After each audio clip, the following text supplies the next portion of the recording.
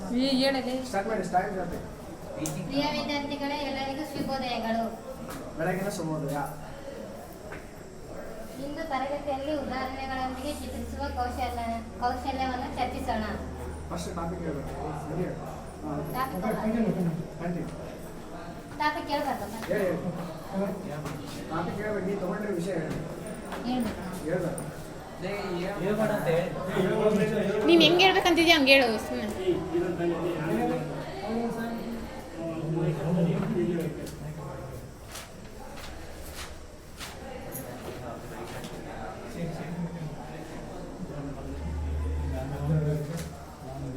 ಪ್ರಿಯ ವಿದ್ಯಾರ್ಥಿಗಳೇ, ಇಂದಿನ ತರಗತಿಯಲ್ಲಿ ನಾವು ವಚನಗಳ ಬಗ್ಗೆ ತಿಳಿದುಕೊಳ್ಳೋಣ. ವಚನಗಳು ಅಂದರೆ ಏನು? ಯಾರಿಗಾದ್ರೂ ಗೊತ್ತಾ? ವಚನಗಳು ವಿಧಗಳು ಹೇಳ್ಬೇಡ. ವಚನ ಅಂದ್ರೆ ಏನು? ವಚನ ಎಂದರೆ ಸಮಾನಾರ್ಥಕ ಪದ. ಒಂದು ವಸ್ತು ಅಥವಾ ಊರನ್ನು ಸಮಾನಾರ್ಥಕ ಪದ ಕೇಳಿದ್ದು ವಚನ. ಸಮಾನಾರ್ಥಕ ವಚನಗಳು ಎಸ್, ವೆರಿ ಗುಡ್. ಮಾತು ಕೊಡುವುದು ಎಂದರ್ಥ ವಚನಗಳು. ವ್ಯಾಕರಣದಲ್ಲಿ ನೋಡೋದಾದ್ರೆ ವಚನಗಳು ಅಂದ್ರೆ ಸಂಖ್ಯೆಯನ್ನು ಸೂಚಿಸುತ್ತದೆ. ಒಬ್ಬ ವ್ಯಕ್ತಿ ಆದರೂ, ಸ್ಥಳ ಆದರೂ, ಪ್ರಾಣಿ ಆದರೂ ಅದನ್ನ ಸಂಖ್ಯೆಗಳನ್ನು ಸೂಚಿಸುವುದಕ್ಕೆ ವ್ಯಾಕರಣದಲ್ಲಿ ವಚನಗಳು ಎಂದು ಕರೆಯುತ್ತಾರೆ. ಹಾಗಾದ್ರೆ ಪ್ರಿಯ ವಿದ್ಯಾರ್ಥಿಗಳೇ, ವಚನಗಳು ಏನನ್ನು ಸೂಚಿಸುತ್ತದೆ?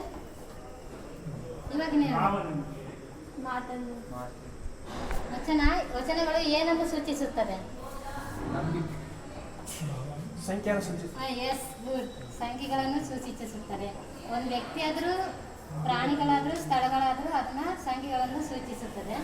ಹಾಗಾದ್ರೆ ವಚನಗಳಲ್ಲಿ ಎಷ್ಟು ವಿಧ? ಯಾರಿಗಾದ್ರೂ ಗೊತ್ತಾ? ವಚನಗಳಲ್ಲಿ ಎಷ್ಟು? ಎಸ್, ಎರಡು ವಿಧ. ಅವು ಯಾವ್ಯಾವು? ಏಕವಚನ, ಬಹುವಚನ. ಹಾಗಾದ್ರೆ ವಿದ್ಯಾರ್ಥಿಗಳೇ, ಇದೇನು? ಎಲೆ. ಇಲ್ಲ ಮೇಡಮ್.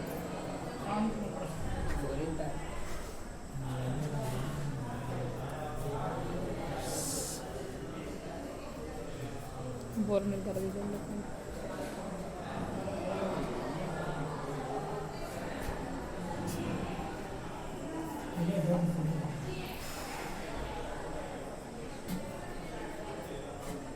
ಎಲೆಗಳು ಎಷ್ಟಿದೆ? ಬಹುವಚನ.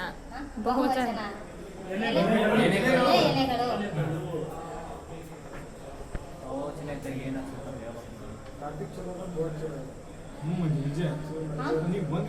ಇಲ್ಲಿ ನಿಂಗಲ್ಲ ಹೇಳಿ. ಇದೇನು? ಹೂ.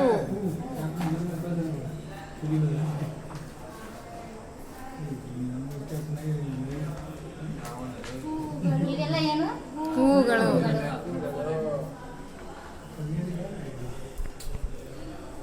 ಇದೇನು? ಪೆನ್.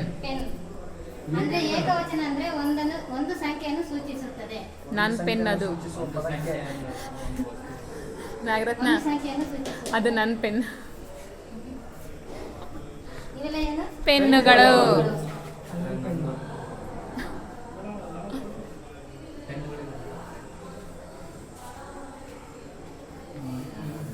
ಅರ್ಥ ಆಯ್ತಾ? ಏಕವಚನ ಅಂದ್ರೆ ಒಂದು ಸಂಖ್ಯೆಯನ್ನು ಸೂಚಿಸುತ್ತದೆ. ಅದು ವ್ಯಕ್ತಿ ಆದ್ರೂ, ಸ್ಥಳ ಆದ್ರೂ, ವಸ್ತುಗಳಾದ್ರೂ. ಬಹುವಚನ ಅಂದ್ರೆ ಎರಡಕ್ಕಿಂತ ಹೆಚ್ಚನ್ನು ಸೂಚಿಸುತ್ತದೆ. ಹಾಗಾದ್ರೆ ನಿಮ್ಗೆ ಯಾವ್ದಾದ್ರು ಗೊತ್ತಿದ್ರೆ ಹೇಳಿ. ವ್ಯಕ್ತಿಗಳು. ಜನಗಳು. ಅಣ್ಣಂದಿರು. ಅದು ಗಳು ಬರಲ್ಲ, ಅಂದಿರು ಅಂತ ಬರುತ್ತೆ. ನೆಕ್ಸ್ಟ್ ಕ್ಲಾಸಲ್ಲಿ ಹೇಳ್ತೀನಿ. ನಾವು ಅಷ್ಟೊಂದು ಇಂಟರ್ಲಿಲ್ಲ, ಇವಾಗಿನ ಟ್ರೈನಿಂಗ್ ಕರೀತಾ ಇದ್ದೀವಿ. ಆಯ್ತಾ?